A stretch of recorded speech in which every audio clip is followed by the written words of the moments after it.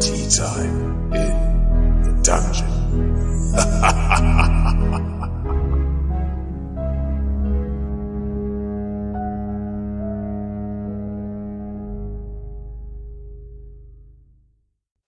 Right, well, welcome to another week's podcast. Today,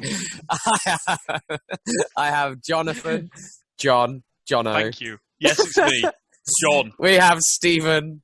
All right. And we have Dylan joining us once again.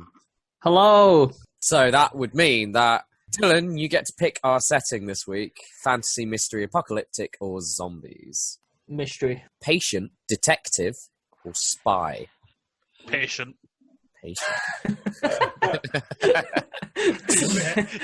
choice. I would have picked the same thing, not gonna lie. I would have picked a patient as well, actually. I'm going to be honest, I was thinking patient. No point, lads. Like, do you want to be a detective or a spy? Or Patient. I want to be dead. I want to be interrogated. And this means the best news this week is that John isn't picking the character's name. So, Stephen, what is our character's name? Oh dear, this is a lot of pressure. This is a lot of pressure. I want it correct. I want it good. Say the blandest thing you can think of. Like Jeremy Johnson. Jeremy Johnson. Here we go. The adventure begins. You are Jeremy Johnson, a patient living in Chicago. You have a hospital bracelet and a pack of bandages. You wake up in an old, rundown hospital with no memory of how you got there. You take a look around the room and see that it's filled with medical equipment.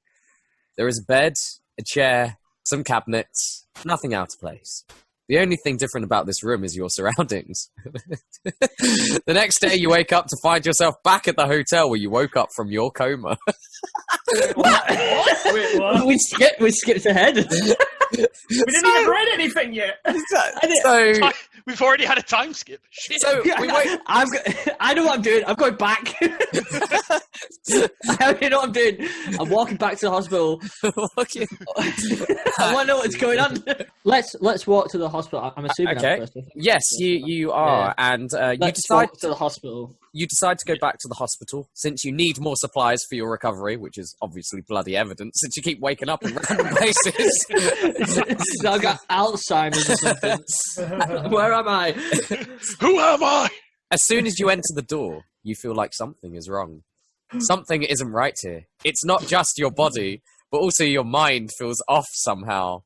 Gonna find our old room. Well, so far this is a complete write-off adventure. You head... Oh, for God's sake. Wait. Back into the crater. You head back to the hotel Oh, and find your old hospital room. what? Wait, hold up. So it looks exactly the same except for one small detail. The door is open. Inside, you can see a man lying on his side, looking very pale and sickly looking. So, Stephen, what do you do? Kick him.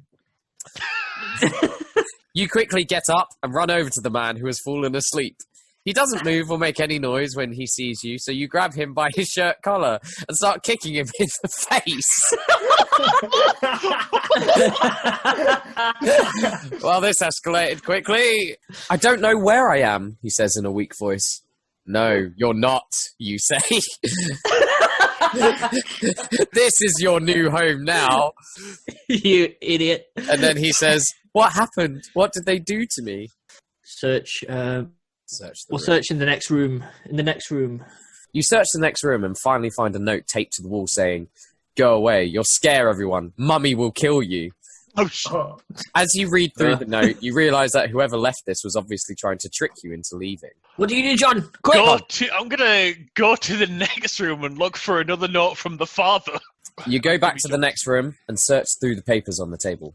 After a while, you notice a piece of paper to the wall reading, go away, you'll scare everyone. Dad will kill you. No, I want to check. I want to check for a phone. See if we've got a phone. You search around your body and find a phone with a dead battery. You pick it up and hear static as you press down some buttons.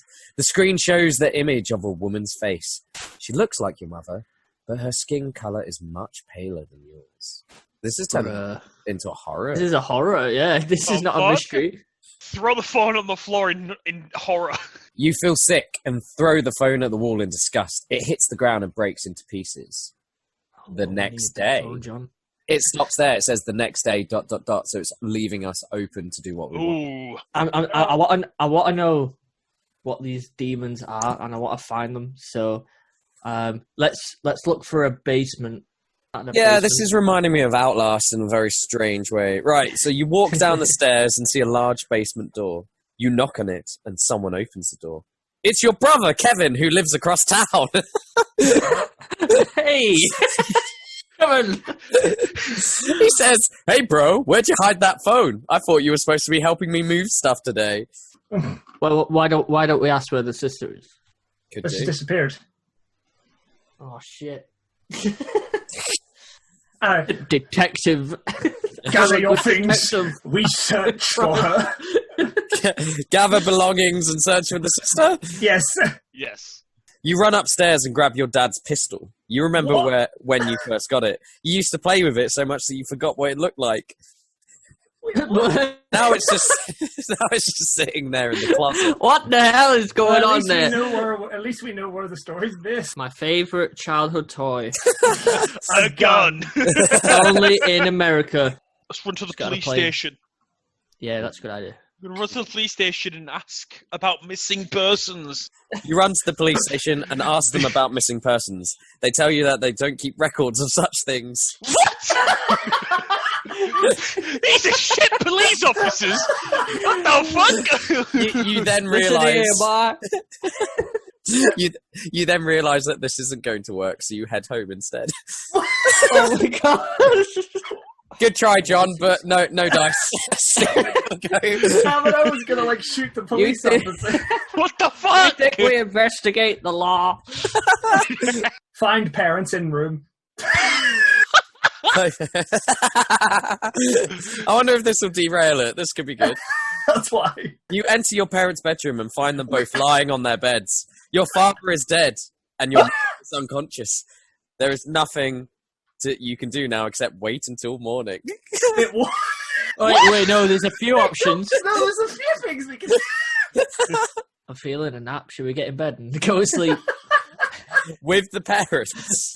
Oh my god, are we doing it? Narcoleptic. We did it to fucking psychopaths now. What the fuck?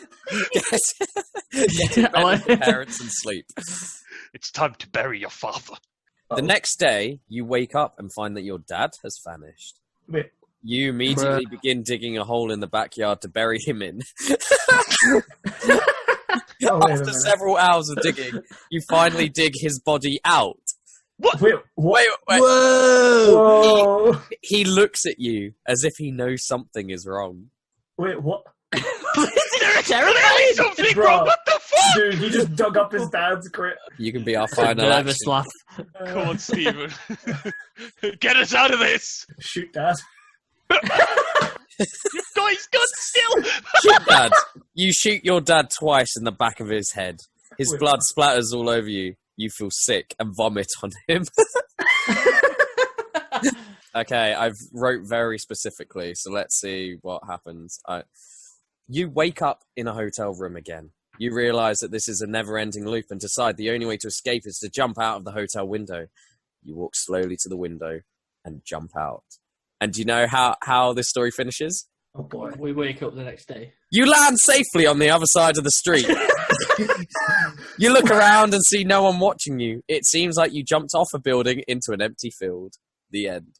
Well, that ends another adventure. So, Yay! well, okay, and until next time then, I guess. This is goodbye from me. It's goodbye from John. Bye. Goodbye from Stephen. Goodbye. And goodbye from Dylan. Ciao. Will he ever find his missing love, Mary? Mary! Mary! Oh, Mary!